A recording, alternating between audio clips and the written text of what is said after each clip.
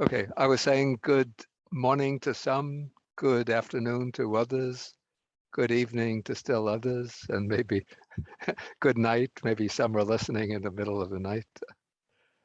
Okay, so we'll be continuing now with our program on the Abhidhamma, the Theravada Abhidhamma, based on the Comprehensive Manual of Abhidhamma. And let me share the screen. Let me close some unnecessary files, windows. Okay, so yesterday we saw that there are two main types of meditation within the early Buddhist tradition, and which are systematized in the Abhidharma. One is the development of samatha, calmness, serenity, concentration. And we went through the presentation yesterday on the systematic development of concentration. And now we come to the second system of meditation, which is called Vipassana Bhavana, the development of insight. And now we are taking the treatment of insight in the Comprehensive Manual of Abhidhamma. And it begins with a scheme which is laid out.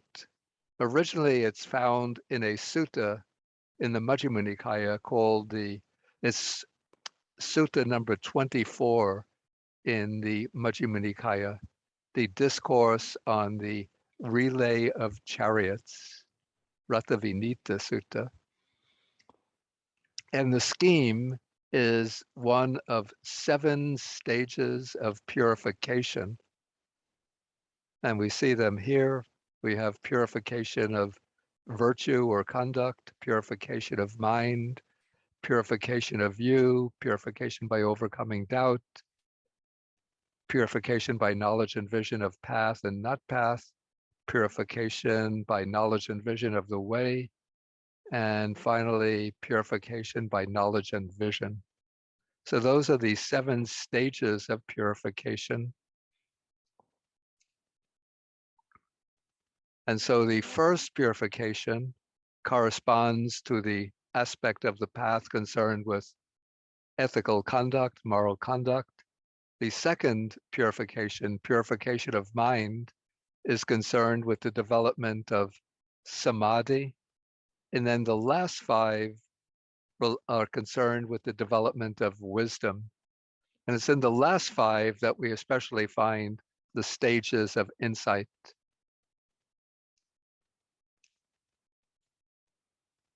Yeah, we'll be coming to those 7 purifications, but now it's just going through the main categories that are going to be used for the development of insight. So we have the 3 characteristics. These are familiar as anicca, dukkha, anatta, impermanence, the characteristic of dukkha, unsatisfactoriness, suffering, deficiency, and then the characteristic of non-self. Again, we'll see them explained more fully below. And then we have 3 contemplations, which is just the contemplation of impermanence, contemplation of suffering, contemplation of non-self. Then we have 10 stages of insight knowledge. I'm not going to read them out here because we're going to be going through them in more detail as we proceed with our discussion. Then 3 kinds of emancipation, the emancipation of emptiness, of the signless, of the desireless, and the 3 doors or gates to emancipation. Contemplation of, I prefer emptiness, contemplation of the signless, contemplation of the desireless. Okay, so that's just a sort of outline of the themes that are to be explored. And now we come to a more elaborate treatment of them. And so purification of virtue, and I'm not going to dwell on this because we really want to focus on the stages of the purification concerned with insight. Okay, but this is basically explained here according to the kind of lifestyle of the monastic. Purification and observing the rules of the monastic order, purification with restraint of the sense faculties, living a purified livelihood, and purification concerned with the use of the requisites. Okay, now we come to an important distinction is going to be made. So now we have purification of mind. This is called Chitta Visuddhi, and this is formally defined as the two kinds of samadhi, which we dealt with yesterday. So we have access concentration or upachara samadhi and absorption concentration, uppana samadhi. And absorption concentration consists of the four jhanas and the four immaterial attainments. But here we come to an important distinction that's found in the Visuddhimagga and the commentaries between two different approaches to the development of insight. Should put extra stress on this. So these are called two different vehicles, but this is not Hinayana and Mahayana, but rather this is called Samatayana, the vehicle of calmness, and the Sutta Vipassana Yana, the vehicle of pure insight. Okay, the vehicle of calmness involves in one who follows the vehicle of calmness first develops samatha meditation, the calming meditation, up to the level of either access concentration at minimum level, or to get a stronger, steadier basis for developing insight, they will develop samadhi to the level of full absorption, that is, to the level of the jhanas or even the formless meditations. Yeah, so one who follows this approach first attains access concentration or one of the either fine material sphere or immaterial sphere jhanas, and then turns to the development of insight based on that level of samadhi.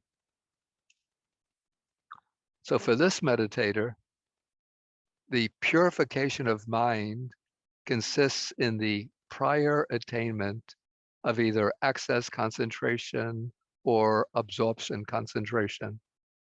So this model, that of the vehicle of calm, follows the usual sequence, the familiar sequence, where we go from sila or good conduct to samadhi, concentration, to panya, wisdom. And that's the model, the sequence that we follow, that we find most often, at least explicitly, in the suttas, in the Nikayas. But the work like the Visuddhimagga and the commentaries recognizes another approach, which is called the vehicle of pure insight, or we could say the vehicle of bare insight. So in this approach, one doesn't develop samadhi to the level of either access or absorption as a foundation for developing insight, but rather the meditator, of course, they have to observe the precepts in order to purify their sila, their conduct. But on this basis, they enter directly into the mindful contemplation of the changing mental and material phenomena in their own experience. And so they go on using the method of mindfully observing, mentally noting, usually taking one object as a kind of anchor object or fundamental object, like the breath or the rise and fall of the abdomen or bodily sensations. But then they go on noting whatever arises Thoughts arise, they note it. Feelings arise, note it. Planning, one notes it. Memories, one notes it. One just goes on noting whatever arises. And as one does so, the mindfulness becomes stronger and stronger, sharper and sharper, until the meditator is able to focus precisely and clearly on every moment of experience. And so we say the mind becomes naturally concentrated on the ever-changing stream of experience.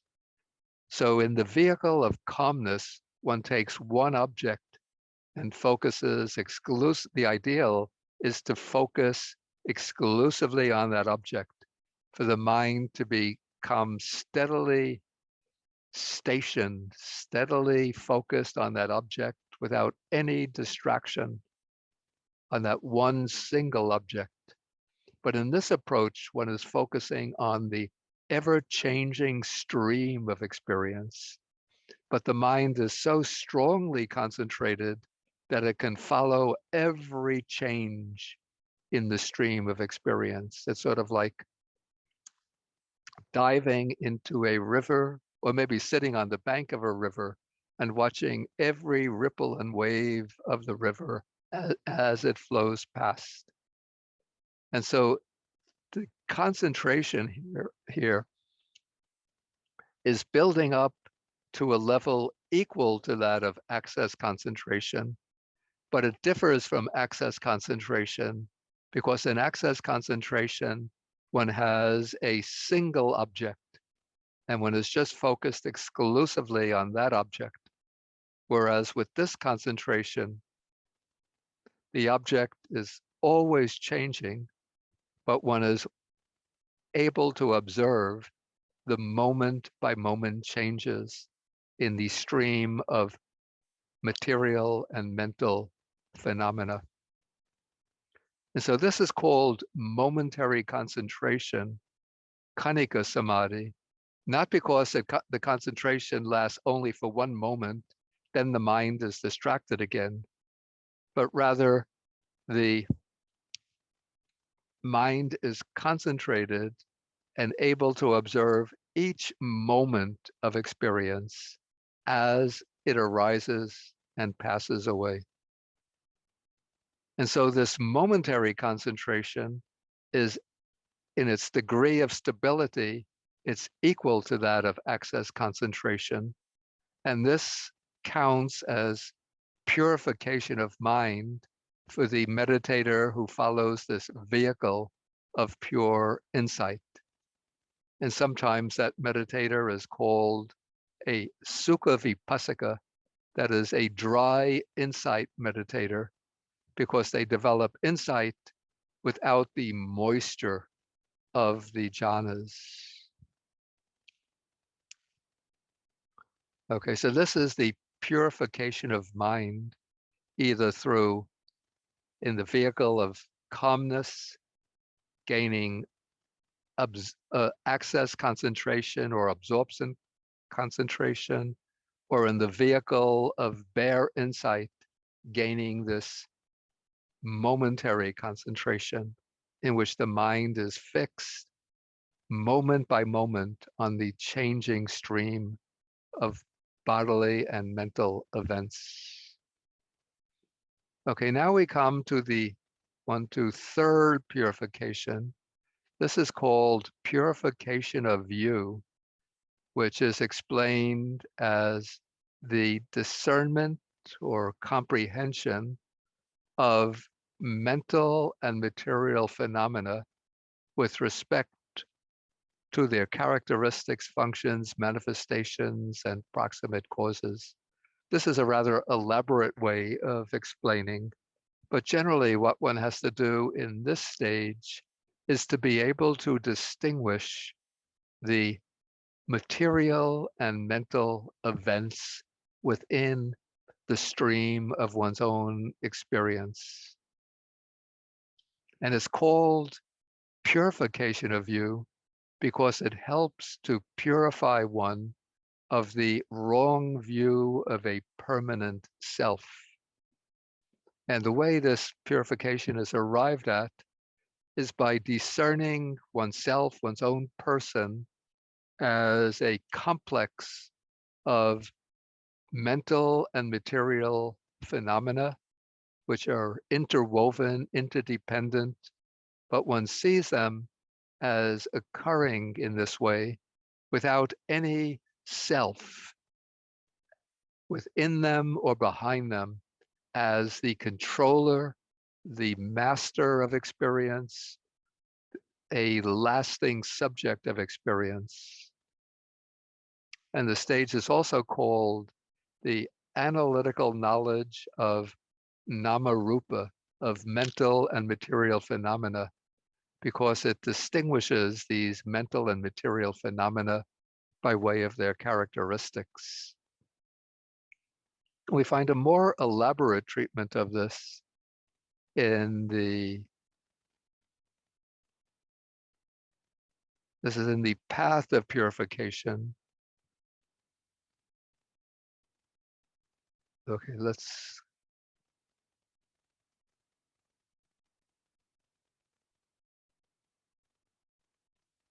this is chapter 18.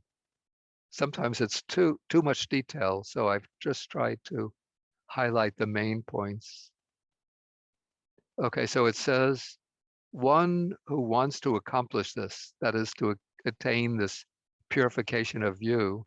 So if the vehicle is, this is serenity or calmness, should first they attain any fine material jhana or immaterial attainment, except the fourth one, the base of neither perception nor non-perception, which is too subtle to discern. Okay, then one attains the jhana, then emerges from it, and then one distinguishes within the jhana the various factors constituting that jhana. And then one defines all of those mental factors as nama or mentality.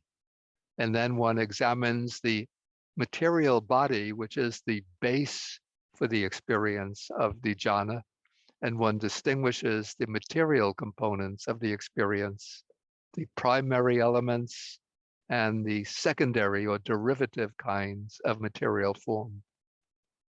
So that is the approach of the one who uses the serenity or calmness as the vehicle. Okay, but one whose vehicle is pure insight begins by, after gaining that certain degree of momentary concentration, will start distinguishing the four elements within the experience, the earth, water, fire, and air elements, and then go on to the other material constituents within the experience. It has a lot of detail that we don't need. If you want the detail, you can go you can take the Visuddhimagga itself.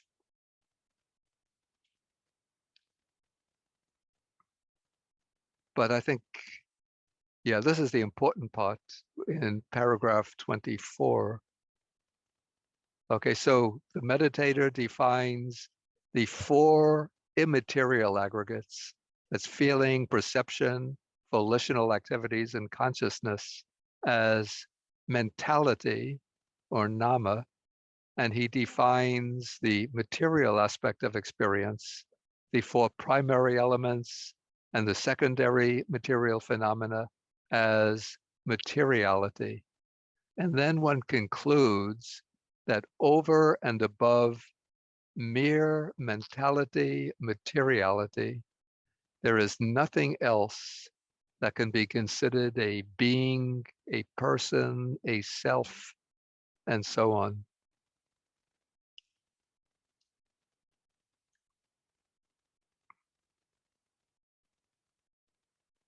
And so this is compared to the way the chariot is constituted by an assemblage of components.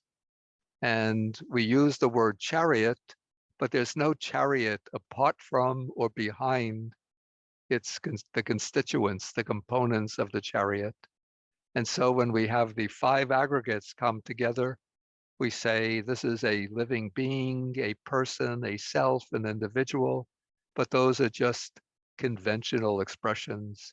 What is actually present in its own nature are the five aggregates or mental and material phenomena.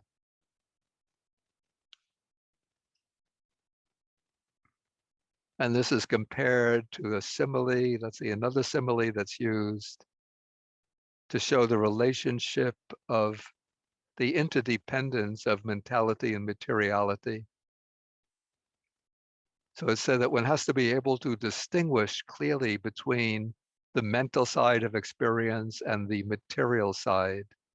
And the mental side is devoid of materiality, and materiality is void of mentality, yet the two occur sort of interwoven, interdependent. And there's the interesting simile. Yeah, the simile that I find most useful is that of we have two men. One is a blind man and the other is a cripple. So the blind man cannot walk, but the blind man cannot see, but he can walk, and the cripple cannot walk, but he can see.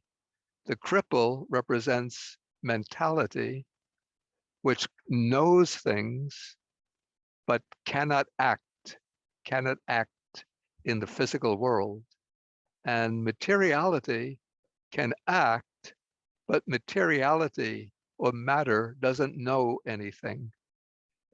And so the blind man and the cripple form a team so that the blind man jumps on, I'm sorry, the the cripple jumps on the back of the blind man who has good legs. And so the blind man with legs can walk to a given destination, and the cripple with good eyesight can tell the blind man, go to the left, go to the right, turn to the left, turn to the right. So the two work together and they can achieve their common purposes, but they work in different ways.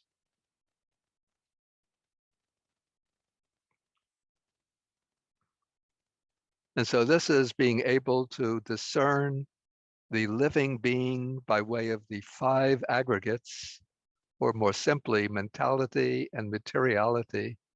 And so this is called the purification of you because it helps one overcome the distorted perception of a self or of a living being. And it's also called the defining of mentality, materiality.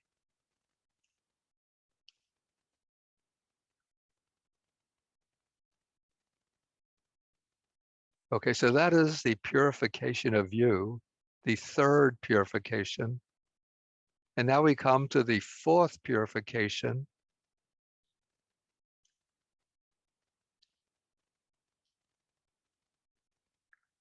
And this is called purification by overcoming doubt. And this purification is achieved by discerning, perceiving, grasping through insight the conditions of mentality, materiality. So this involves the application of the principle of conditionality or the principle of dependent origination to the mental and material phenomena distinguished in the third purification. So it's called purification by overcoming doubt because it develops the knowledge or the wisdom which removes doubt about the conditions for mentality, materiality during the three periods of time, past, present, and future. And so the way it works is by applying one's knowledge, one's intellectual knowledge of dependent arising in order to understand that the present assemblage of mind and matter, namarupa, has not arisen by chance, by accident, or by some cause such as a creation by God and so forth, but it has come about through previous ignorance, craving, clinging, and karma. And then one applies the same principle to the past and future as well. And again, for more details, we can turn to the path of purification.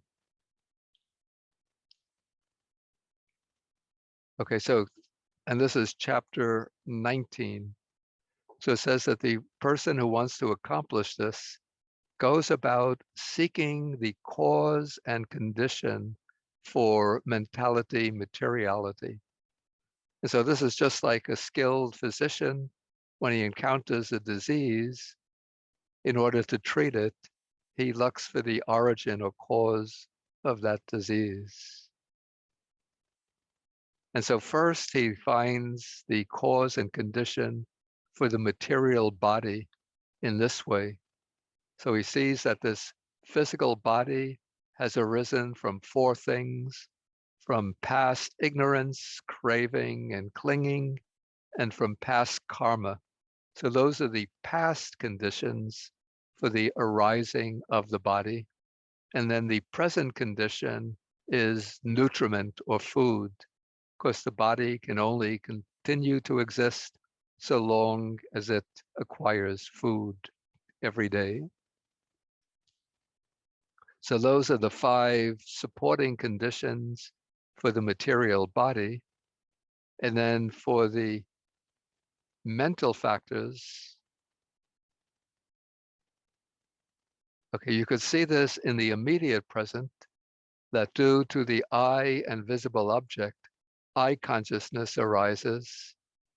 And along with eye consciousness, there occurs feeling, perception, volitional activities. And so one could see how the mental factors of experience arise through the present conditions, sense faculty and object. But one could also understand how this process of experience, the mental side of experience, also arises through past conditions, through the ignorance, craving, clinging of the past, and then also through karma from the past.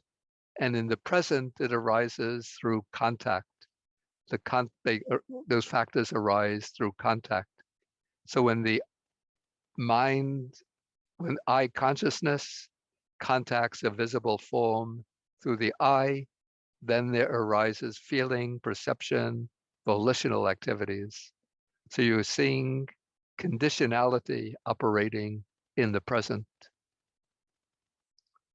And then one can, on the basis of the present experience, one can infer that the same happened in the past, that in the past, in this life, in past lives, whenever consciousness arose, it arose through causes and conditions. And so too for the physical body. Again, we have much greater detailed treatment in the Visuddhimagga. We won't go into all of those details here.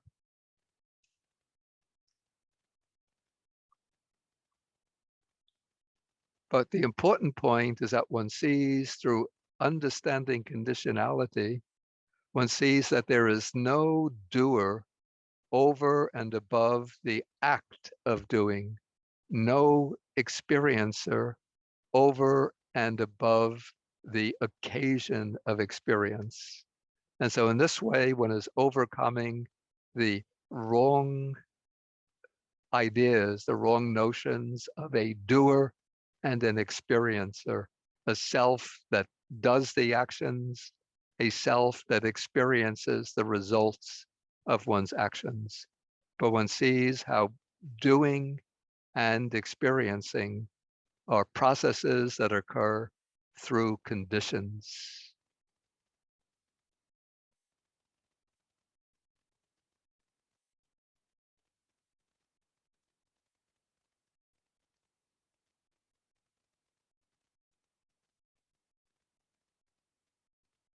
Okay, so this is called the purification by overcoming doubt, and it's also called the knowledge of the relations of phenomena, correct knowledge, right vision, or the discernment of conditions.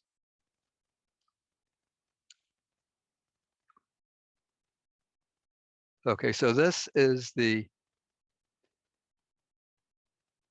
fourth purification, purification by overcoming doubt through the discernment, perceiving the operation of conditionality. Okay, now we're going to move more directly into the development of insight. So at this point now, the meditator collects the various phenomena within experience into the groups, especially by way of the five aggregates. So one starts investigating one's experience, and one can distinguish the bodily or material components of experience belong to the aggregate of material form. The feelings, pleasant, painful, neutral feelings, belong to the aggregate of feelings. The various perceptions belong to the aggregate of perceptions. The volitions, intentions, purposes, desires go into the aggregate of volitional formations, and the awareness of this goes into the aggregate of consciousness. So one now is distinguishing and classifying the experience by way of the five aggregates, and having done so, one then applies the three characteristics to the five aggregates. And this is called the knowledge of comprehension, by which one starts exploring these phenomena, the conditioned phenomena, in terms of the three characteristics. And here we have impermanence. Each of these has their special sort of defining nature. Impermanence is spoken of in the sense of destruction, that whatever arises, perishes, passes away. Suffering or dukkha has the sense of fearfulness, and non-self the sense of corelessness, or we could even say emptiness, the absence of any substantial core.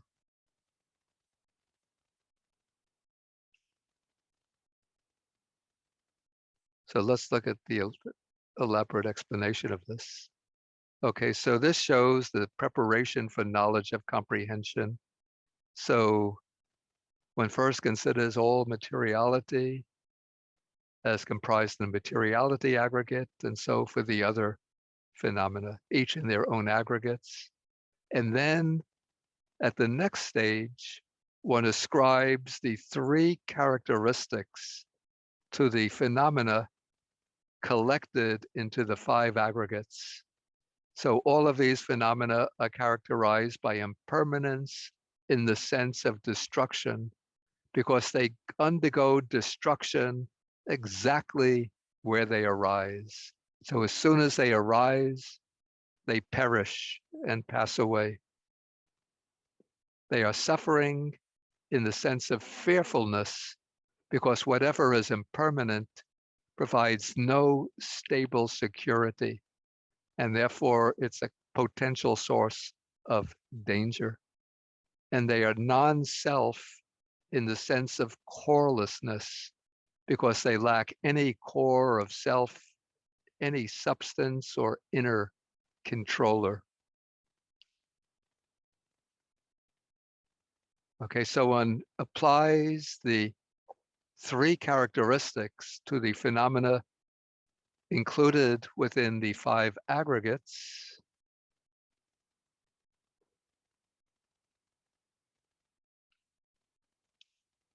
Okay, and then having done so, one now moves into the actual contemplation.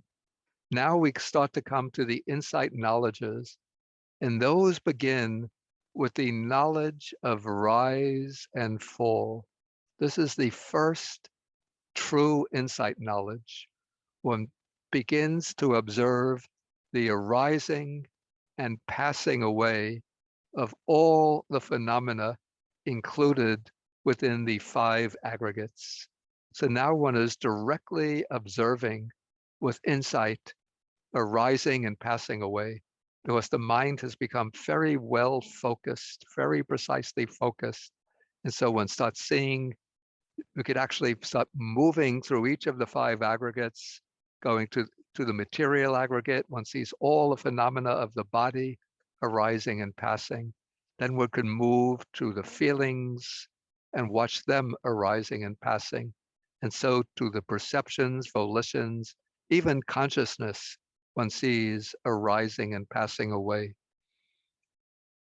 And now as one does so, certain phenomena start to arise, to occur through the strength, the growing strength of the insight knowledge. These are called the 10 corruptions of insight. So they're enumerated here. There comes an aura or a kind of light. One sees a light, one can see a light radiating out from one's body. And one thinks, wow, I must be a saint, a holy one. But it's actually just a byproduct of deepening insight. And then sometimes very strong joy or delight will arise, piti, or the mind will go into very profound levels of tranquility, or one's determination, resolution becomes strong. One makes very firm exertion. One is filled with a lot of energy and vigor in one's practice, or the mind gets uplifted with bliss and happiness, or the knowledge becomes very clear and sharp, mindfulness very strong, and equanimity, the mind becomes very calm, full of equanimity. So these 1, 2, 3, 4, 5, 6, 7, 8, 9, these 9 qualities in themselves are good signs, but what lies behind them and underneath them is a subtle attachment to them. And it's that attachment that makes them corruptions of insight.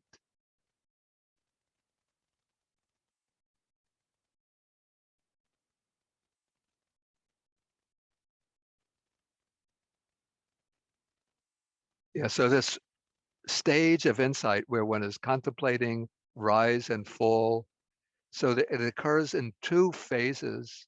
The first phase is called the tender knowledge of rise and fall. And then as one sort of gets absorbed into this stage, then these 10 imperfections of insight arise. And the problem, what makes the first 9 corruptions or imperfections, is the subtle attachment to them. One enjoys these experiences and starts clinging to them. And then one can even think that one has reached the stage of supramundane realization, the path and fruit, and then one drops one's practice of insight and starts enjoying those experiences, unaware that one is clinging to them.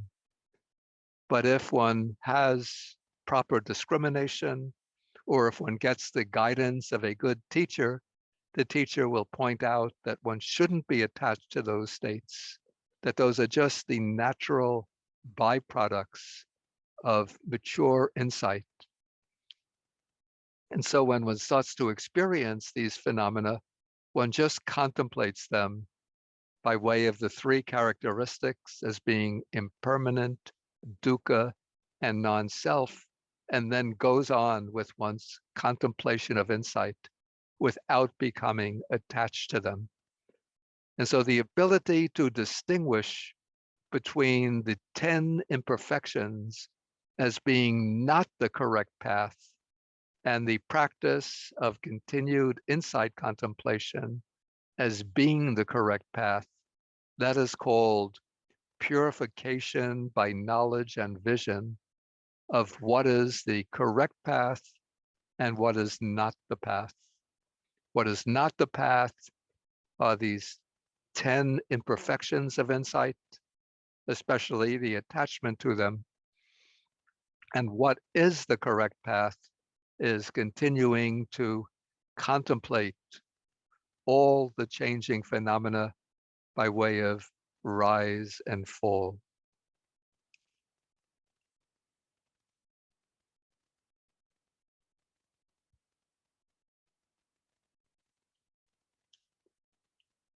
Okay, so now we come to the sixth purification.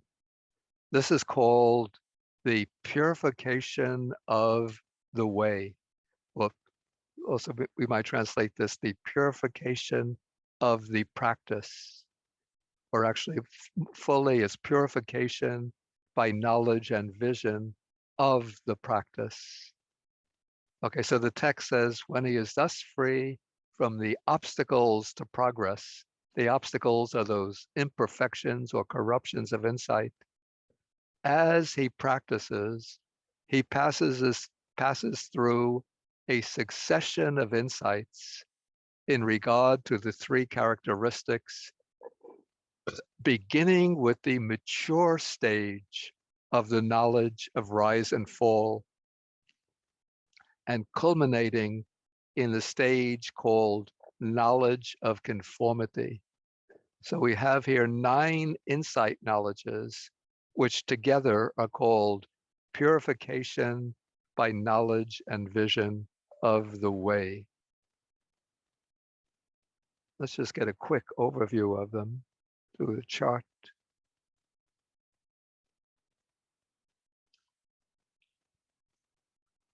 Okay. Yeah, you can see from the chart here, we had purification by overcoming doubt. So that was seeing the conditions for the mental and material phenomena. Then we have the knowledge and vision of path and not path. So first we have the preliminary, the knowledge of comprehension, where we allocate the phenomena by way of the 5 aggregates, and then apply the 3 characteristics to them. Then we come into the tender stage of knowledge of rise and fall. And then when the corruptions of insight arise, then we distinguish the wrong path from the right path.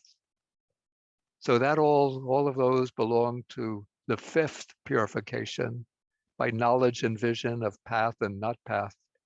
Then the 6th purification, knowledge and vision of the way or of the practice, are these 1, 2, 3, 4, 5, 6, 7, these 9 insight knowledge, 9 insight knowledges, starting with the mature knowledge of rise and fall, and then culminating in knowledge of conformity.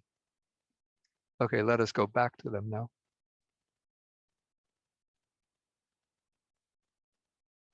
Whoops.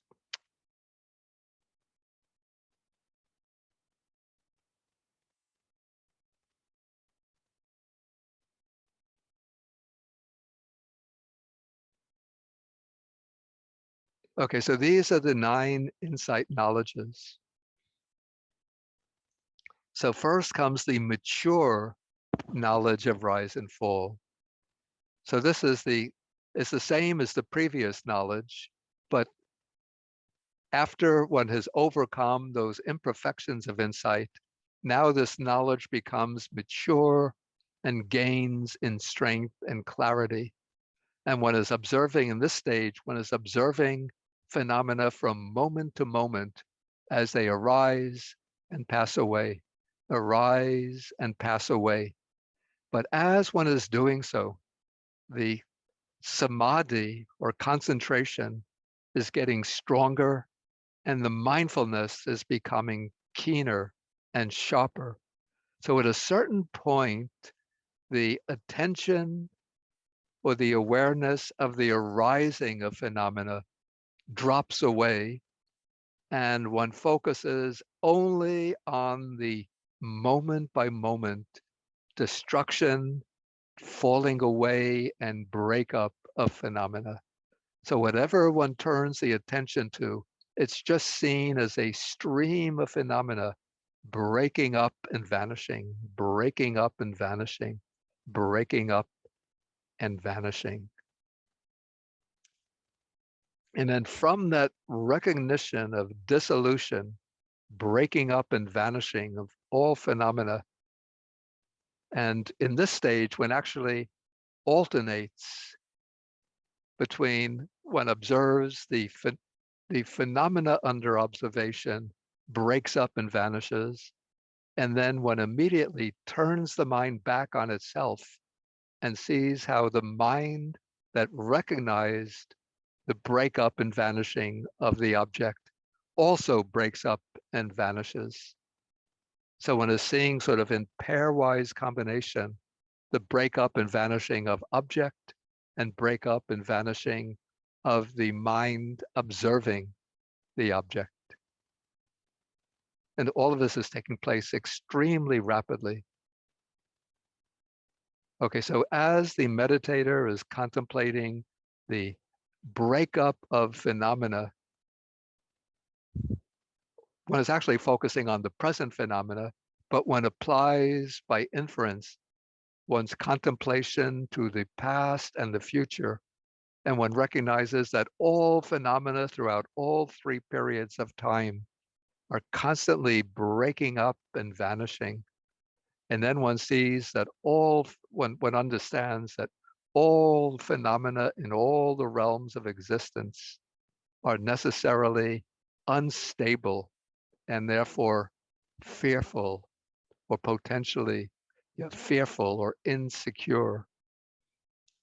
And from this, one then recognizes that all of the phenomena are devoid of any kind of core, any basis for true satisfaction. And so they are said to be adinava, to be full of danger. And one understands that it's only in the unconditioned nibbana that there's true security. Okay, so when one gains these knowledges of dissolution, fearfulness, and danger, then one becomes disenchanted with all conditioned phenomena.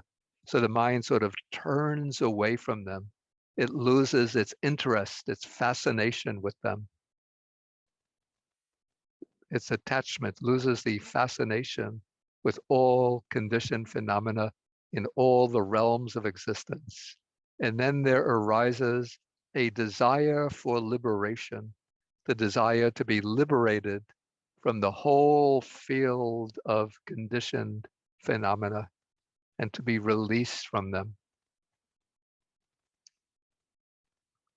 And then to strengthen the impulse towards liberation, one goes back to the field of formations and again contemplates them over and over by way of the three characteristics: impermanence,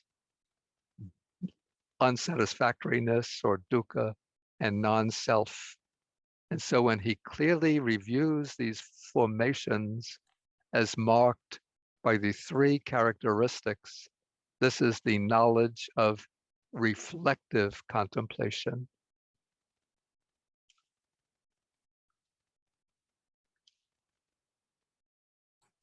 Okay, then with the eighth knowledge, so after one passes through the reflective contemplation, now the meditator sees nothing in formations to be taken as I and mine. So this is actually a kind of contemplation of emptiness, seeing all phenomena as being empty of I and mine. So in this way, one overcomes the fear and terror that can arise in the earlier stages of contemplation, as well as the delight or attachment to the knowledges that arise in the earlier stages. And so now the mind settles into a stage of pure equanimity, where one just goes on contemplating the breaking up and passing away of phenomena, but remains in this position of balanced equanimity, no longer sort of overcome by the sense of fear and danger, but no more subtle attachment. One just goes on contemplating the ever-changing field of formations. And as one is doing so in this stage, the spiritual faculties are getting stronger and stronger. That is, the faculties of energy, mindfulness, samadhi, and wisdom are getting stronger. Now, if the faculties don't become strong enough for the making the breakthrough, then one will reach the knowledge of equanimity about formations as the high point in one's development of insight. Or if one has an aspiration for some special attainment, then this will be the highest stage of insight one will reach. For example, those who follow the Bodhisattva path can practice the insight knowledges and will go up to the knowledge of equanimity about formations, but won't go beyond this, because beyond this lies the entryway to stream entry. But beyond this lies, you could say, the doorway to stream entry. And if you become a stream enterer, then it means you are liberated in 7 more lives. Or some people have the aspiration to become a chief disciple or great disciple under a future Buddha, or to become a Pacceka Buddha, Pratyeka Buddha. So they can reach knowledge of equanimity about formations, but won't go beyond this.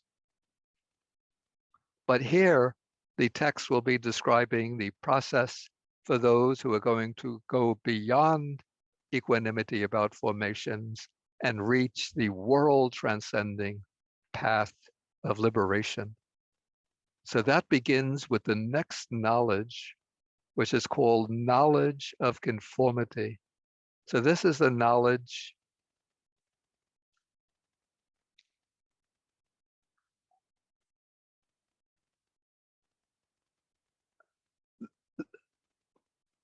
it's called conformity knowledge.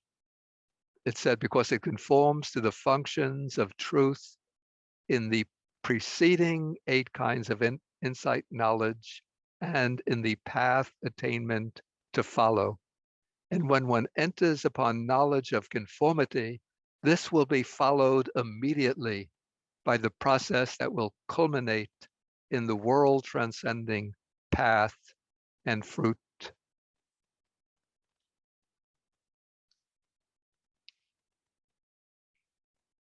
And so what lies beyond the knowledge of conformity is the path and fruit. But there's one intermediate stage before the path arises. Yes, let's just go back to that chart.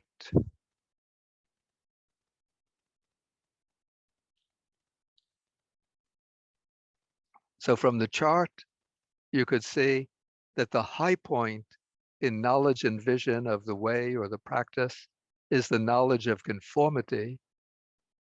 And then after this comes 7, the 7th purification, purification by knowledge and vision. And that is the knowledge of the 4 supramundane paths, one or another of them. But in between 6 and 7 is one mind moment, which is another kind of knowledge called change of lineage, in Pali, Gotrabu, which means literally becoming a member of the clan. Okay, so let's go back down.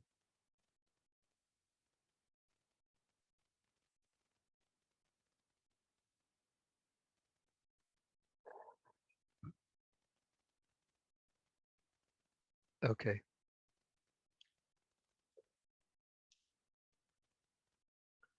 Okay, so here we're going to have a meditator who's going to reach the world transcending path.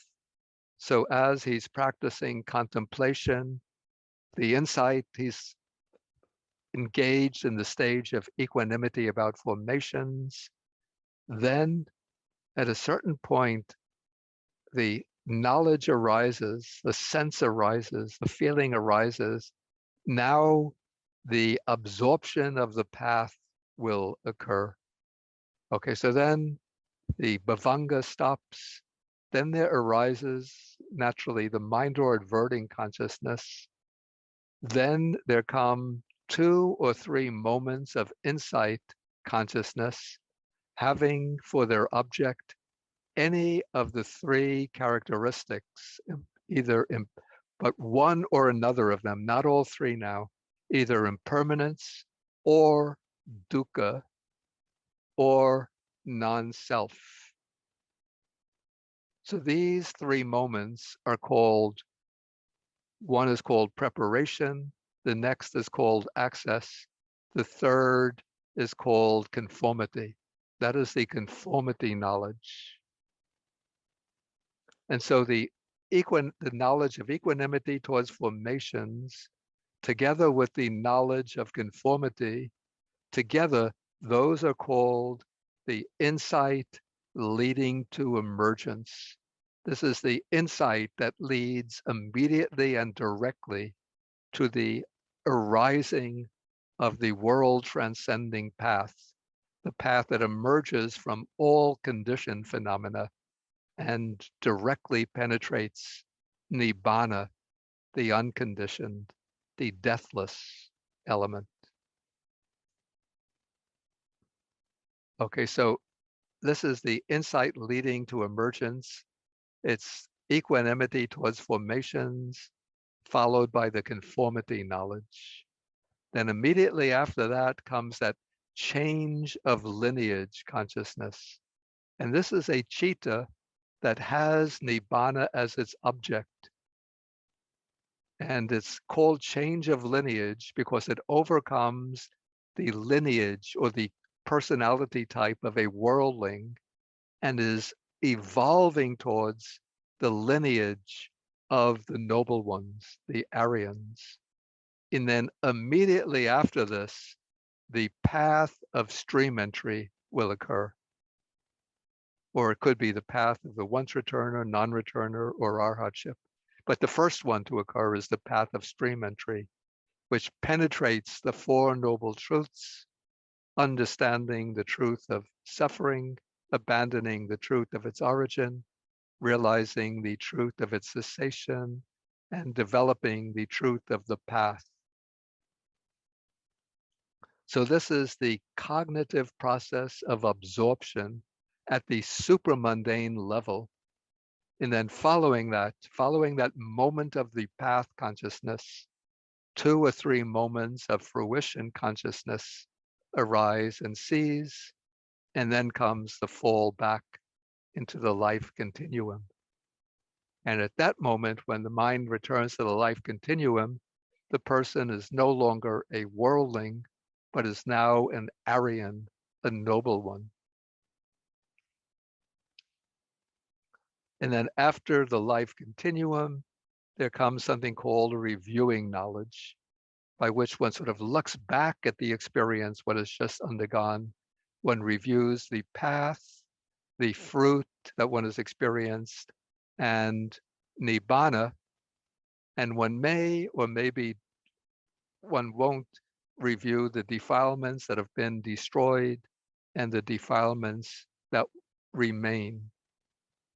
And it's said that the 4-fold path that has been developed in sequence and attained by means of the previous 6 kinds of purification, the 4-fold path is called purification by knowledge and vision.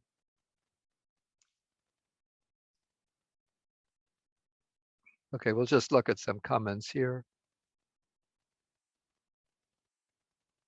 So we already explained insight leading to emergence. That's the culminating phase of insight, immediately preceding the arising of the supramundane path. And it's called emergence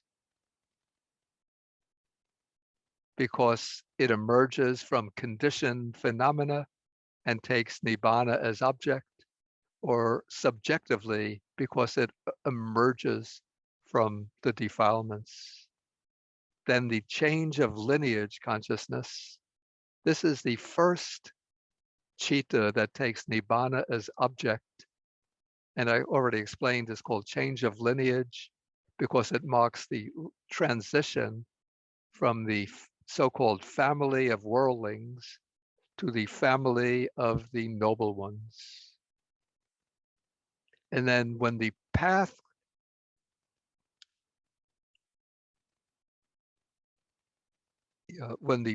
arises, the path is just a citta that occurs for one mind moment, but simultaneously it performs four functions, one with respect to each of the Four Noble Truths. That is, the path citta understands the truth of suffering. It cuts off, abandons certain defilements, so certain level of craving, which is the origin or cause of dukkha. It directly takes nibbana as its object, so it realizes the cessation of dukkha, and the path citta brings to maturity the 8 factors of the Noble Eightfold Path. And then following the path consciousness, 2 or 3 moments of fruition consciousness can occur. And then after one goes through the path and fruition, and after one descends into the bhavanga, then one comes up again and reviews the path, fruition, and nibbana. And usually, but not always, one might review defilements abandoned and defilements remaining. At this point, maybe good if we maybe we could take a 10-minute break, and then we'll come back and deal with the other topics in this chapter. And then we could take questions. Thank you, Bhante. Okay, so 2:15 here, 10:15 in the Pacific. We'll come back to continue. Thank you. If anyone has any questions, please go ahead and put in the chat box so Richard can get to them at the end of the session. Thank you. Okay, I think, are we ready to resume? Yes, Bhante, we can go Okay. ahead. Thank Is the you. recording, Recording? It is being recorded, Bhante. okay, We will okay. edit it. Yeah, no problem. Okay, so we went through reviewing knowledge, and now we come to some other topics relating to the process of the development of insight. Okay, this topic is called the analysis of emancipation. And here we have a distinction between what are called the 3 doors to liberation, or 3 gateways to liberation. So the 3 gateways to liberation are based on the contemplation of the 3 characteristics. So we have here, the text says,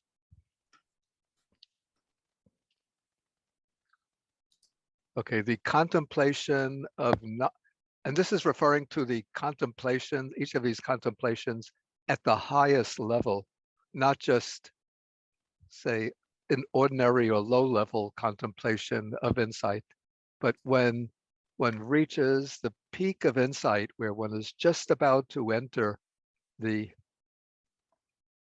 to achieve the realization of the path, then those contemplations become doors to liberation, doors to emancipation. So first we have the contemplation of non-self. So this overcomes or eliminates the clinging to the idea of self, and then this becomes the door to emancipation or door to liberation, termed contemplation of, I don't actually like the void, I like It sounds a little too mystical, but it's contemplation of emptiness. So this is sunyatanupassana, contemplation of emptiness. Then the contemplation of impermanence, again, I don't like the word here. It says it discards the sign of perversion. But I think what should be said is that it discards a distorted perception, that is the perception of permanence, and it becomes the door to emancipation called contemplation of the signless. So there's no grasping of the signs or features of conditioned phenomena as being stable, lasting, having some kind of permanence. And then the contemplation of dukkha or suffering brings about the elimination of craving. So that is sort of the direct antidote towards craving. So that becomes the door to emancipation called contemplation of the desireless. And then this is an interesting point brought out in the guide, that when insight reaches its culmination, that is when one is about to move into the insight leading to emergence, then the insight contemplation settles, or the practitioner settles upon one of the three contemplations, not all three, but one of them. Sort of naturally, the mind focuses on one, either impermanence or dukkha or non-self, as determined by the inclination or character of the meditator. So according to the commentaries, one for whom faith is dominant, the dominant faculty, will lean towards contemplation of impermanence. One for whom concentration is the dominant faculty will lean towards contemplation of suffering. And one in whom wisdom is the dominant faculty will lean towards contemplation of non-self. And then the final phase of contemplation, that is the phase which gives immediate access to the world transcending path, is called the door to emancipation. And the Noble Path itself is called emancipation. And the contemplation leading to the path is the door to emancipation.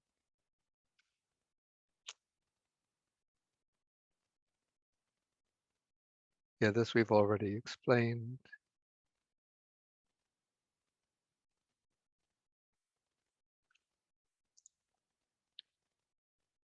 Okay, then, as I said, the path itself is called emancipation because it's what leads to liberation. And so the text says that if during the phase of insight leading to emergence, if one contemplates non-self, then the world transcending path, the supramundane path, will be known as the emptiness emancipation. If one contemplates impermanence, the path will be known as the signless emancipation. And if one contemplates dukkha, then the path will be known as the desireless emancipation. And so the path it's the same path, but it just receives these three different names according to the way it is approached by way of insight.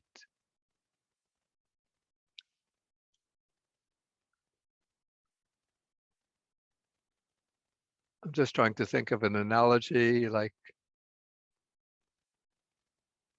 maybe let's say there are three ways to get on the New York State freeway.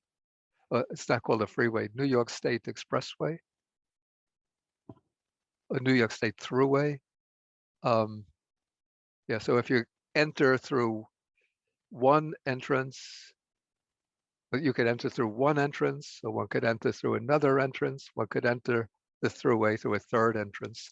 But when you're on the throughway, it's the same throughway, but it might be designated differently according to the road that one took to enter the throughway.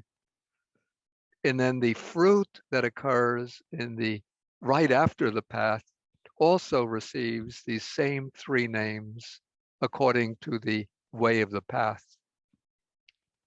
So if the path was the emptiness emancipation, then the fruit is also called emptiness emancipation. And so with the other two.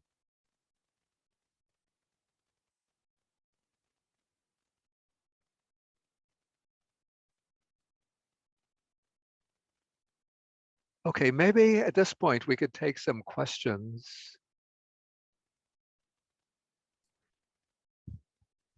Richard, I'll turn it over to you. Yeah. Thank you, Bhante. Yeah, there are quite a few questions. So if I could begin. Okay, the first one relates to something. Oh no, here we are. It is surprising to find dry Vipassana in the commentary. What is the unique feature of the modern tradition of Vipassana? One has read that the modern tradition is the dry Vipassana tradition, but it appears to be in the commentaries.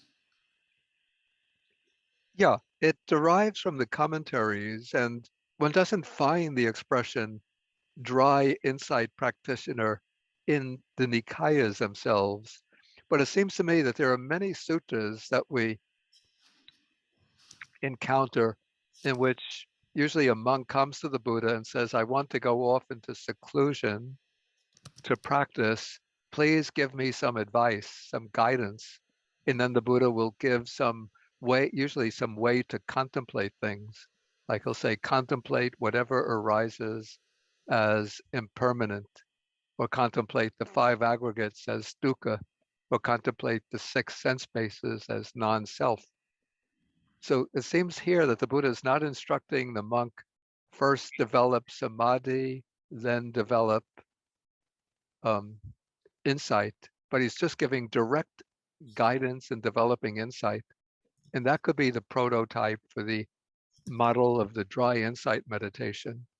And also, what's interesting in the Satipatthana method, the method of practice laid out in the Satipatthana Sutta, we don't find explicit mention of the jhanas, even though the Satipatthana Sutta mentions mindfulness of breathing, which can lead to the jhanas. And also it said that the meditation on the 32 parts of the body, which is in the Satipatthana Sutta, can also lead to the first jhana. But it seems the emphasis in the Satipatthana system is not on developing deep samadhi for gaining the jhanas, but going sort of directly to the development of insight. So maybe we could even think of the Satipatthana method as being the prototype of the dry insight system that emerges in the commentaries. Thank you, Bhante. The second one comes from yesterday, actually. It was yesterday on section 8, the recollections, mentioned about the recollection of the Buddha.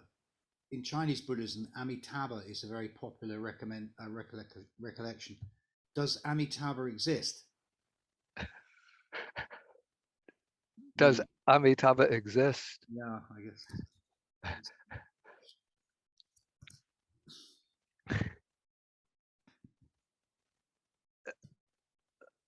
That I can't say one way or another. I don't have that knowledge.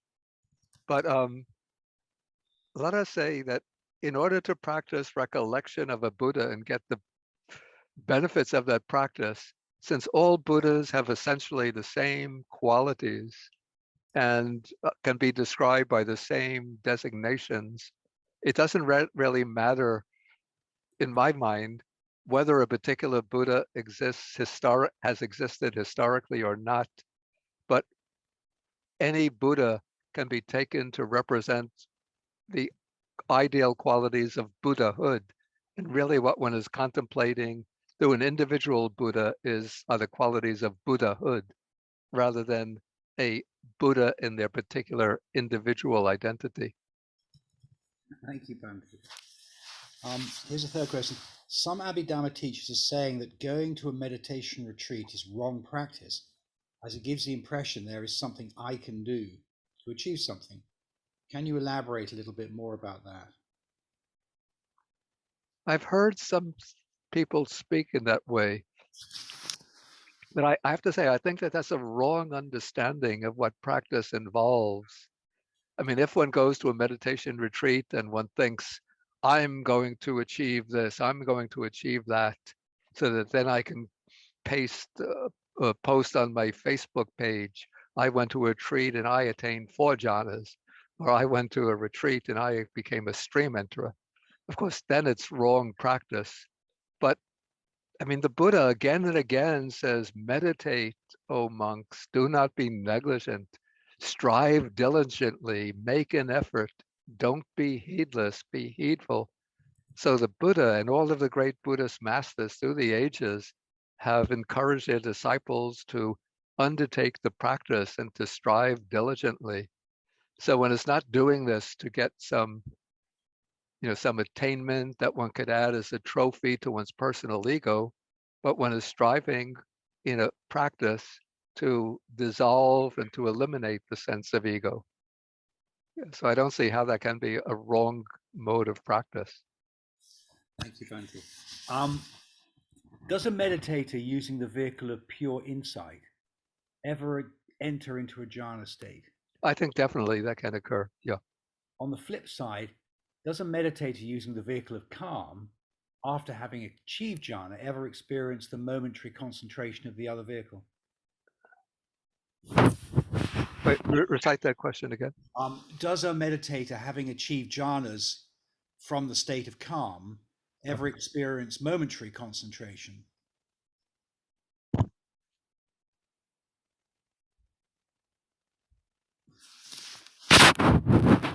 Yes. Okay. They emerge from the jhana and then they go into the contemplation of the factors of the jhana. Okay. So when they're contemplating the factors of the jhana, the mental factors present in the jhana and the material body, which is the base for the practice,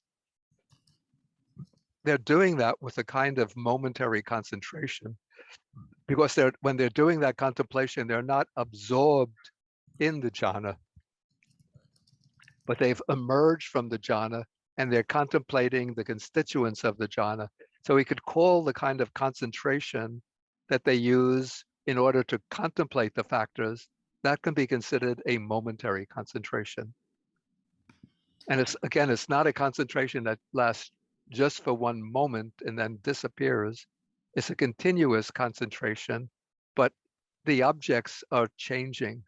It's not just one stable object like the one used in the jhana.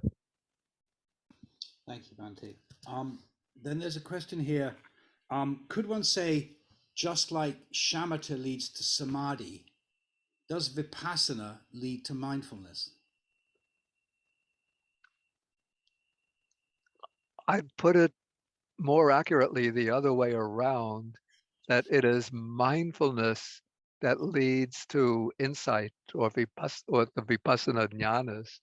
Since what one has to do, whichever vehicle one is using, whether the vehicle of of calmness or the vehicle of pure insight, is to contemplate with mindfulness the factors, the bodily and mental factors. And so when it uses the mindfulness to retain in mind and to observe the changing process of experience, and as the mindfulness becomes stronger and the mind becomes more concentrated on the stream of experience, then one will start to perceive the arising and vanishing of phenomena. And it's the perception of that arising and vanishing that constitutes the first stage of the actual insight knowledge. So in this way, we would say that that mindfulness leads to insight, not that insight leads to mindfulness. Thank you, Bhante. That's very helpful. Who or what is seeing the breakup of the mind? Is chitta not awareness itself? Yeah, so technically looking at this from the Abhidhammic perspective of which treats what we call the mind as being a succession of mind moments or occasions of mental activity. So we would say that a subsequent mind moment discerns the breakup and vanishing of a mind moment that had vanished just a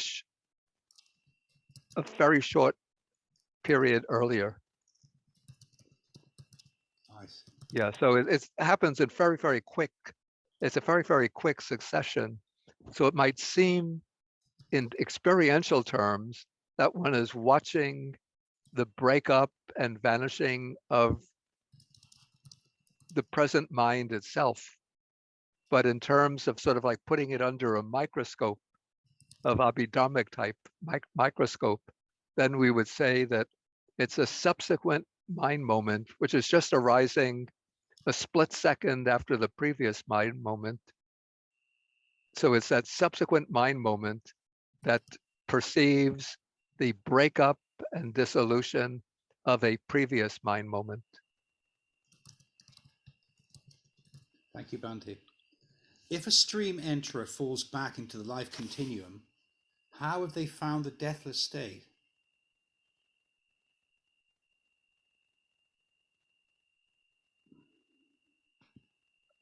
Not quite sure I understand the question. Well, in the I think in your description of the flow of chittas at the gateway of enlightenment, Yeah. the person who've achieved stream entry reviews what they've achieved. Yeah. Then they fall back into the bhavanga again. Yeah. So they've fallen back into the life continuum. How have they become deathless? Surely they're still within the life continuum of cycle. Oh, of course, the stream enterer, when a stream enterer, even the arhat, has to die physically. They go on living to the full lifespan until the end of their lifespan. Then they die. But what they've experienced in the path and fruition is that reality, that dimension that is deathless, that is nibbana.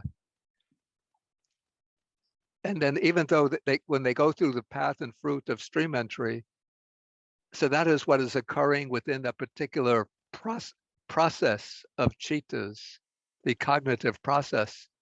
But then because the mind can't remain in the fruition forever, it just goes through it for 2 or 3 mind moments. Then they fall back into the bhavanga, then come back into the reviewing consciousness.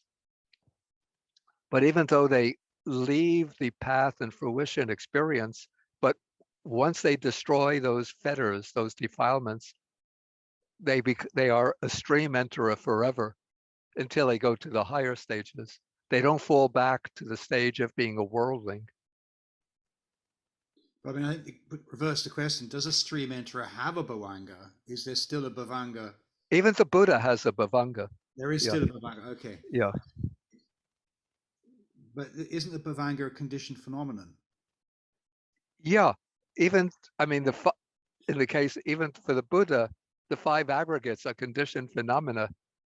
He has a body that's dependent on food, on certain weather conditions. Sorry, I meant the Buddha after nirvana. I mean the enlightenment without remainder. What happens then? Oh, that is sort of the full deathless state. Right. But it's not that one remains as an individual, retaining their individual mind and body in that deathless state. But it's the sort of the continuum of the 5 aggregates comes to an end. And what follows that is sort of the timeless, deathless state. Which has no bhavanga. There's no bhavanga. Yeah, there's no bhavanga there. Thank you, Bhante.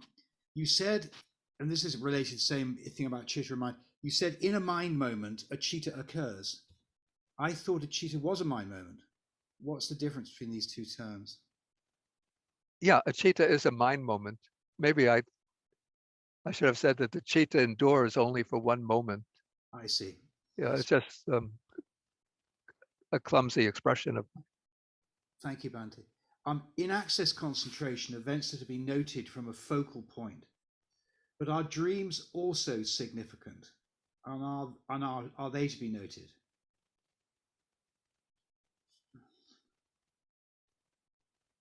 Yeah, nothing is really said within this about dreams. Yeah. Purification of doubt. Yeah. To clarify, what is the meaning of no doubt? What is doubt of? What is the doubt of?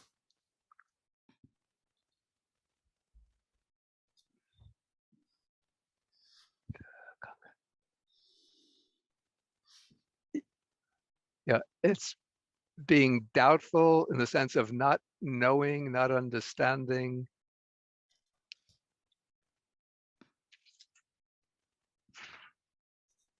How one came to be, in this existence, and having doubt about what will be the consequences of one's actions in this existence. So it also includes like doubt about the working of karma and its fruit. Thank you, Bhante. That's clear. Is sleep explained in the Cittaviti scheme?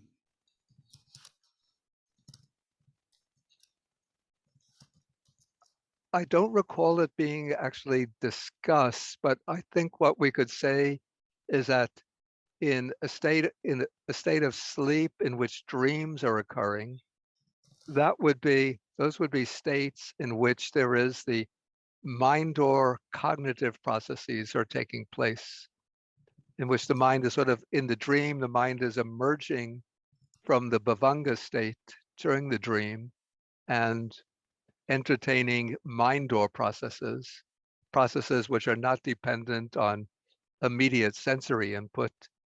And then the deep dreamless state, deep dreamless sleep would be explained as the occurrence of the bhavanga without any cognitive processes taking place. Yes, thank you, Bhante. In the Mahayana teachings, it is said there are 10 bhumis, where it's noted the 7th bhumi is non-returner, and the arhat is the 8th bhumi, and the Sammasambuddha must complete the 2 remaining bhumis. Yeah. Does this sort of, what is your understanding of this idea? Does this work within the scheme? Well, those would be stages by which a person moves on the bodhisattva path, moves from the stage of being an ordinary person to the stage of being a Sammasambuddha, a perfectly enlightened Buddha. So the scheme of the 10 bhumis appeared, a certain point in the evolution of Mahayana Buddhism. And I think at a later point, some of the Mahayana commentators tried to correlate the scheme of the 10 bhumis with the 4 stages in the Shravaka presentation of the path, by connecting certain of the bodhisattva bhumis with certain of the 4 stages of liberation in the Shravaka path. Yeah, so that's just how it occurred historically. Right. Yeah. Thank you, Bhante. To attain stream enterer, must one have experience of the 10 insight knowledges? Yeah, this is an interesting question, because the scheme of the 10 insight knowledges is a scheme that developed within the early Theravadan exegetical tradition. Like, we don't find the 10 insight knowledges as such in their entirety mentioned in the Nikayas, in the oldest canonical texts, but they first emerge, at least most of them emerge, in a text from about the 2nd or 1st century BC called the Patisambhidamagga, the path of analytical knowledge. And then they were incorporated into the commentaries and then into the Visuddhimagga.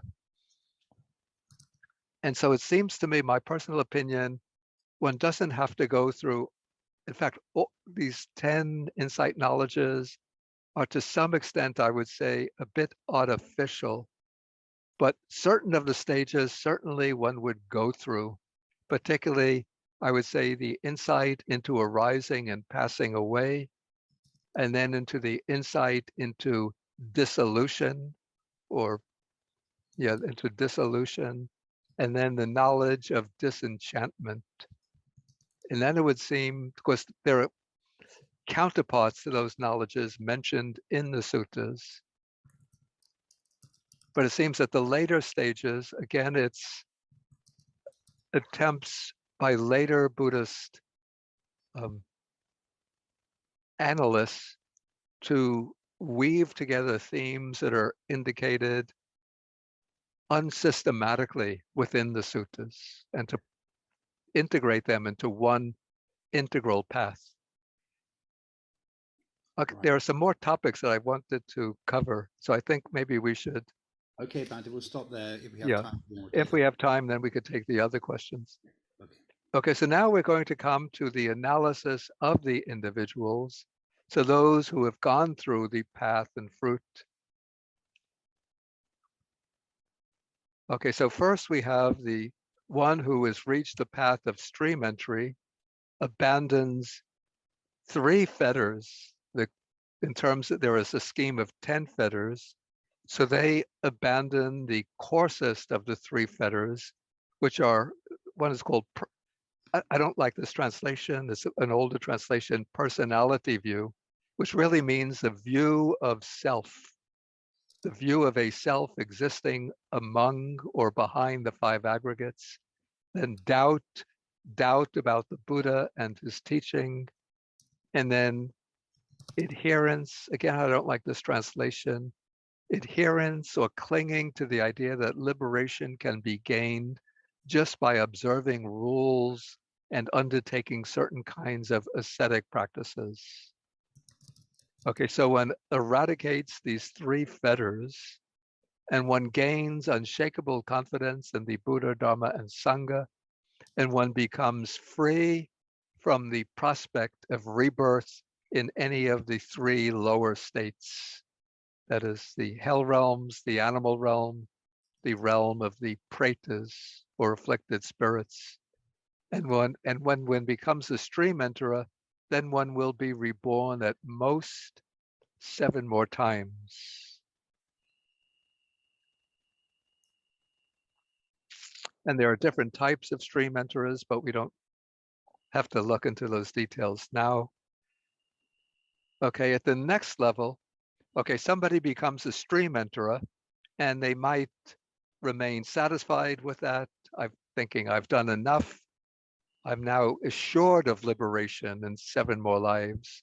Or they make an effort to go higher, but they don't have strong enough faculties to reach the next level of realization.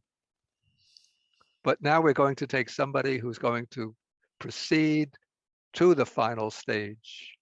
So here we have somebody who continues with the practice, and then they reach the path and fruit of once returning. And with this, they don't eliminate or don't eradicate any new defilements, but they weaken or attenuate lust, hatred, and delusion enough so at most they will have 1 more rebirth back in the sense sphere realm. So they become a once returner who it is said returns to this world only 1 more time and then reaches final liberation.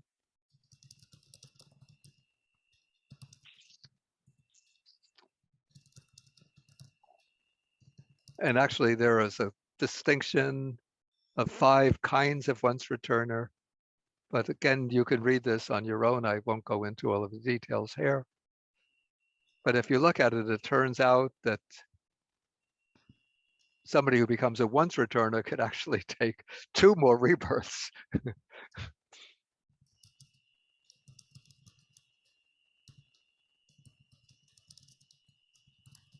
Okay, then again, somebody could become a once returner and not be able to go any further within this life itself. But here we have a practitioner who continues with the practice, goes through and develops the insight knowledges again till they reach maturity. And with that, he or she attains the path of the non-returner. And by reaching with this path, they completely abandon the next two fetters, fetters 4 and 5, sensual lusts and ill will. And with that, they become a non-returner. And the non-returner is spontaneously reborn in the fine material realm, and they attain final liberation from the fine material realm. They don't come back to the sense sphere realm ever again. And many non-returners, there's a certain part of the fine material realm called the pure abodes. And the pure abodes are reserved for non-returners. So only non-returners can be reborn in the pure abodes. But it's not the case that all non-returners are reborn there.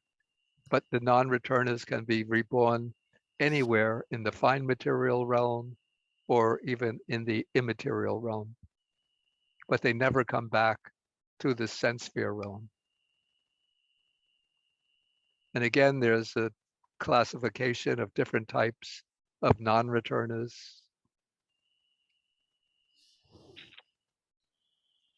Okay, and then we come to somebody who has the capacity for reaching the fourth and final stage. This is the stage of arhatship.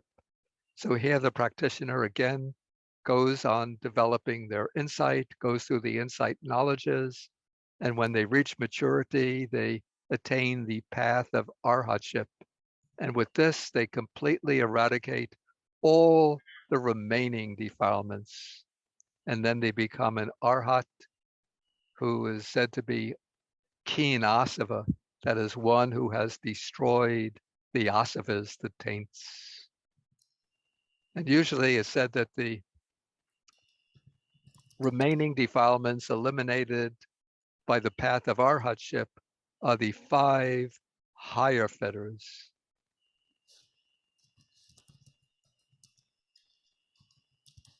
Oops.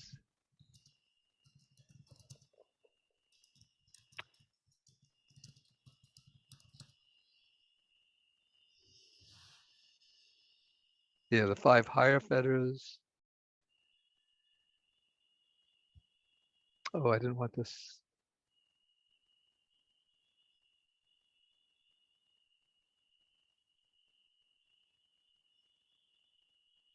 Okay, the 5 higher fetters are the desire or craving for existence in the fine material realm, desire for existence in the formless or immaterial realm, the subtle conceit, the conceit I am, restlessness, some very subtle residue of restlessness that remains even in the mind of the non-returner, and then the subtlest level of ignorance. And so the way I sometimes explain it, it's like, okay, we have the dark moon, then the stream enterer, the darkness of the moon represents ignorance. The stream enterer has the knowledge, which is like a quarter moon. The once returner's knowledge or wisdom is like a half moon. The non-returner's wisdom is like the moon when it's 3/4 of the 3/4 bright, but there's still 1/4 of the moon is still in darkness. And then the arhat's knowledge or wisdom is like the full moon. So even that little residue of ignorance is eliminated. And so the arhat becomes a keen asava, one who has destroyed the asavas, the taints. And then this is interesting point, that after one one goes through the path and fruit in one cognitive process, but after one attains a certain level, one of the 4 levels of realization, one can enter the fruition again. One doesn't go through the path again, but one can go through that fruition as an extended meditative attainment. So somebody, say, who becomes a stream enterer can determine, I want to enter the fruition of stream entry as a meditative attainment. And then they will sit and take the meditation posture. They develop the insight knowledges, and then they go from the highest insight knowledge, they enter the fruition attainment of stream entry, in which the mind becomes absorbed with nibbana as its object. And so each of the 4 noble persons can enter their own proper fruition attainment. So the stream enterer enters the fruition attainment of stream entry. And so for the once returner, non-returner, the arahat can enter the fruition attainment of arhatship. And those attainments are in a way very, very similar, and that within that absorption, that attainment is a meditative absorption in which they are experiencing nibbana here and now. And they can remain in that for the predetermined length of time. So if they want to sit for 1 hour in fruition attainment, they could sit for 1 hour, 2 hours, 3 hours. They could sit that long. Okay, maybe we should use the rest of this period for any remaining questions. Certainly, Bhante, that's very kind of you. There are only a few more. So is there a recommendation for when to use either type of meditation, shamatha, vipassana? Or is there some advice for when one is more suitable than the other, depending on your temperament? Yeah, it depends very much on the temperament. Ideally, one should develop some degree of calmness, of samatha, and some degree of insight. In fact, there's a sutta, I think it's on Anguttara Nikaya, the numerical discourses, the Book of Fours. It could be sutta number 93 or 94, where the Buddha says, one who develops calmness but not insight should seek out a teacher who can teach insight. One who gains insight but not calmness should seek out a teacher. One who gains calmness but not insight should teach, what did I say? One who gains insight but not calmness should seek out a teacher who could teach how to develop calmness. One who develops, who has neither calmness nor insight should seek out teachers who could teach him both. And one who already has both calm and insight should practice both of them until they reach the destruction of the defilements. Thank you, Bhante. Then, is there a place for the secular concept of a doer, like free will, at least to some extent in the Abhidhamma? You mean for the conventional concept of a doer? Yeah, like and free, yeah, I say, yeah. In fact, according to, well, look, this is according to the Buddha's teaching, not specifically the Abhidhamma, that there's, I would say, a certain degree of freedom to the will. It's not that we are determined by all of our past karma, our past habit formations, to make all of the choices and decisions that we do in the present. We could say that our past karma and our past habit formations exert a particular pressure upon us in the present, but within the present moment, and this would be in the Javana phase in the Abhidhamma, we have a certain degree of freedom to choose the way we respond to the situations in which we find ourselves. Yeah, and that is what entails moral responsibility according to the Buddha's teaching. In fact, the Buddha pointedly rejected the idea that we are completely determined to behave in the way that we do. Yeah, thank you. That's very helpful. Then there's a question here. I think it's a misunderstanding. Consciousness is dependent on materiality stroke mind. Wait, I lost your voice for a moment. Go Sorry, on. Dante. I think this is a misunderstanding, but the question is, independent origination, consciousness is dependent on materiality stroke mind. And within the mind, there is consciousness. How can this be understood in terms of the simile of the two bamboos leaning on each other? Okay, I understand. Yeah, I understand the question. And I'm wondering if the questioner is coming from maybe from a Chinese tradition, because what I found in the Chinese counterparts to the Pali Nikayas, when they explain nama, they include consciousness in nama. But in the Pali version of dependent origination, where you have consciousness as the condition for nama rupa, nama does not include consciousness. So in that case, you have the two factors.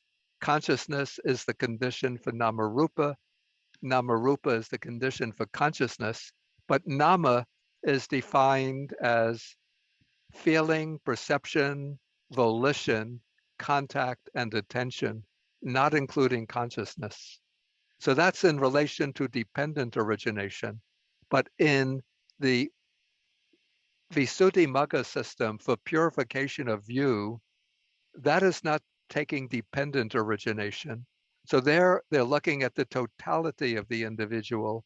And in that case, they take nama to include the four mental aggregates. And of course, rupa is identified just with the aggregate of material form. Thank you, Bhante. And there's another question, a little bit similar. In the 10 fetters is a commentarial tradition. No, the 10 fetters we find in the suttas. Oh, okay. Well, that's the end of that question. Very good. Then, dear Bhante, could the practice of metta meditation lead to full liberation? What is the highest stage that metta meditation can lead to? Yeah.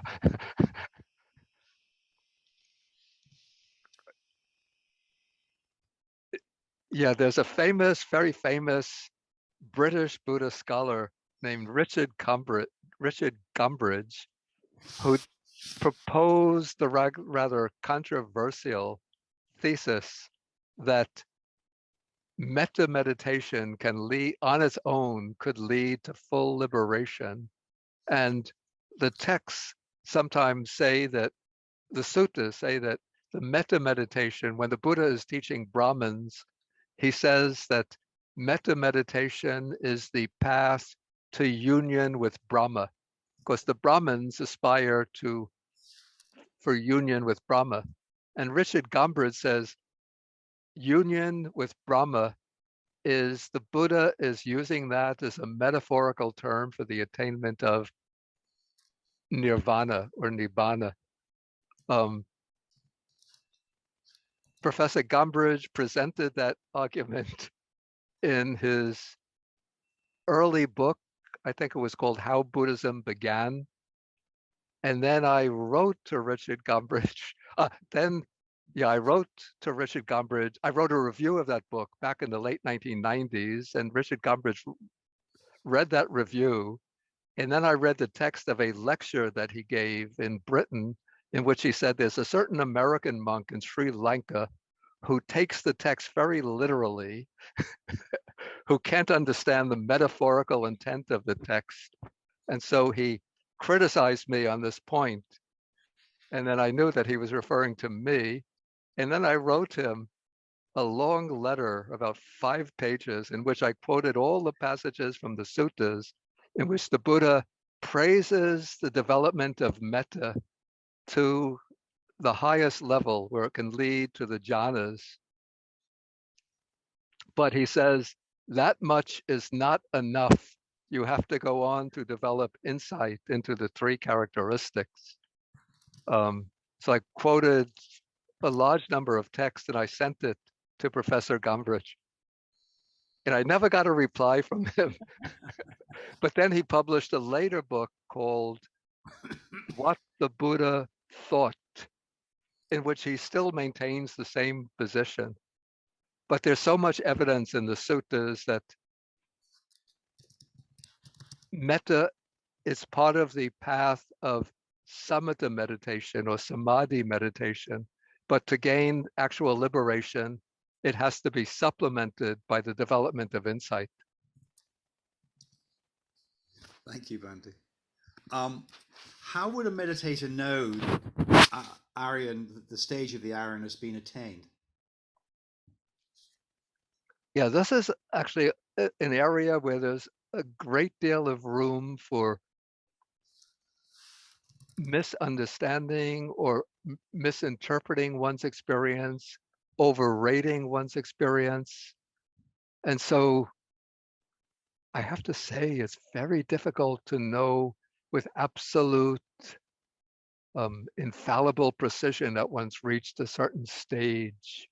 So the usual way would be to go to consult an accomplished meditation master who has actually truly realized that stage, who can question one to determine whether one has actually reached it.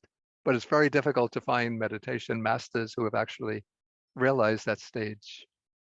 So my opinion is always to be a bit skeptical about one's experiences and not to jump to conclusions about them, because people can sometimes have, we call this extraordinary experiences in meditation, sometimes extraordinary insights, and think, that must be it. I've made this breakthrough or that breakthrough. But yet it could just be an exceptional experience, but not the true realization. Thank you, Bhante. There are only two more questions.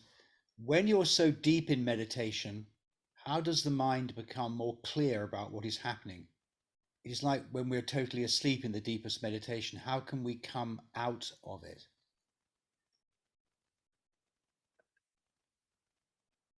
How to come out from the deep meditative absorption? Yes, I think that's the okay. question.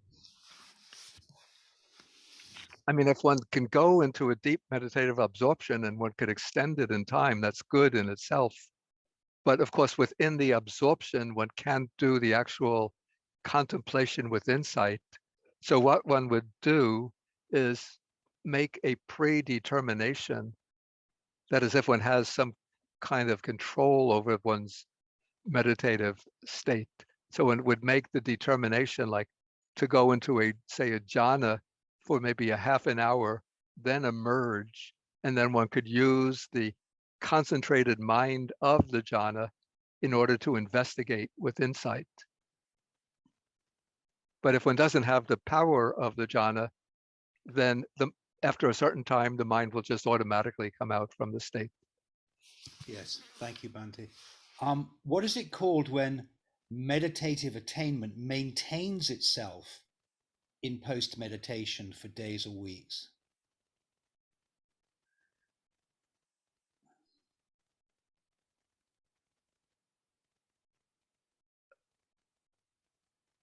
I'm not quite sure that I understand. I presume it's pretty much what you were saying before.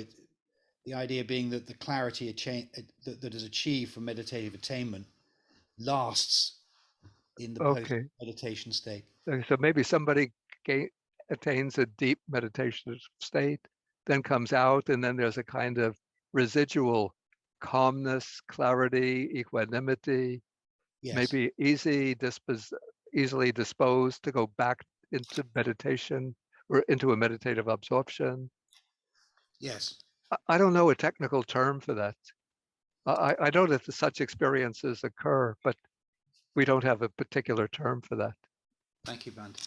Then the final question, does it matter if one knows what stage one is at?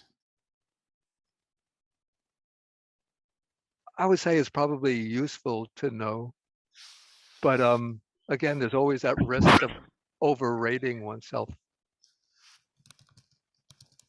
And so maybe the most useful advice is not to be concerned with ascribing titles or designations or stages to oneself, but just to go on with the practice until one could truly say to oneself, not to others, but to oneself, greed, hatred, and ignorance have, for all practical purposes, been eliminated.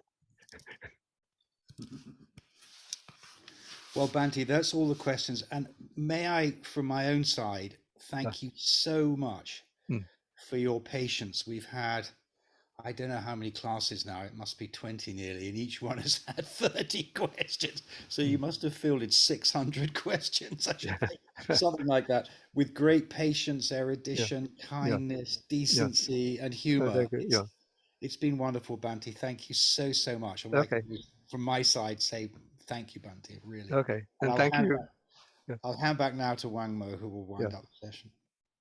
Thank you, Bhante. It really is quite so, words don't quite express the gratitude that we have for what you've given us this year. Thank you from all of us at Dharma College, and we hope to just grow in Dhamma and to continue on the path, and hopefully we'll have another opportunity to engage. Thank you again. Words cannot express, but just the emotions are full of joy and gratitude. And thank you also to Wang Mo and Richard for hosting this call it a seminar or series of presentations on the Abhidhamma. And I did send about a half an hour before the class began, I compiled a list of a few books on Abhidhamma that could be shared with the people who registered for the class, who want to sort of follow up on it, including a book on the Sarvastivada Abhidhamma. It's, but with a warning that it's, I think, 800 pages. Oh. Study. In rather small type. Bhante, we did circulate that list.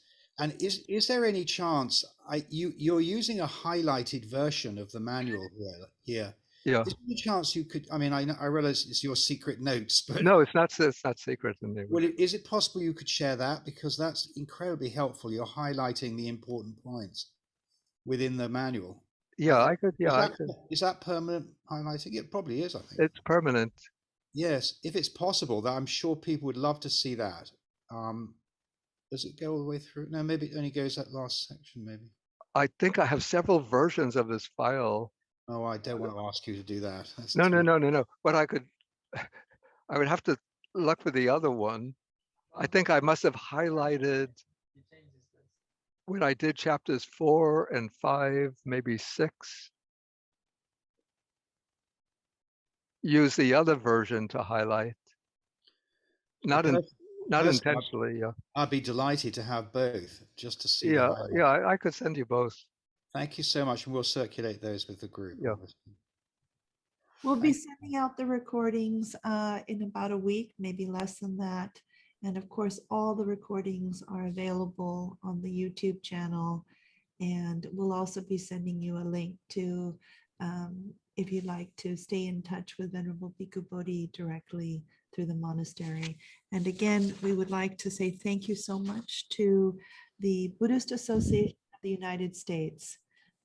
They've been so grateful. I mean, just we're so honored to be able to partner with them in these series of Abhidhamma programs with Venerable. And Bhante, there's also been a request. You also were highlighting the Vishuddhimagga. I'm not sure if that's a circulatable version, but again, highlighted texts are very helpful. Mm-hmm. The Magga is so big that having a highlighted version would be very welcome for many people, I think. Okay. Thank Look you. at the videos. Yes, thank you. And Highlight your own book. Okay. Shall we end by sharing the merits? yes, We can do please. this. Yes, please, Bhante. Okay, so I'll recite some verse in Pali and then give an English translation for. So this is sharing the merits with the devas, the Dharma protecting deities, the nagas or dragon spirits, and asking them to protect the Dharma in the world and to protect the teaching and to protect the people of the world.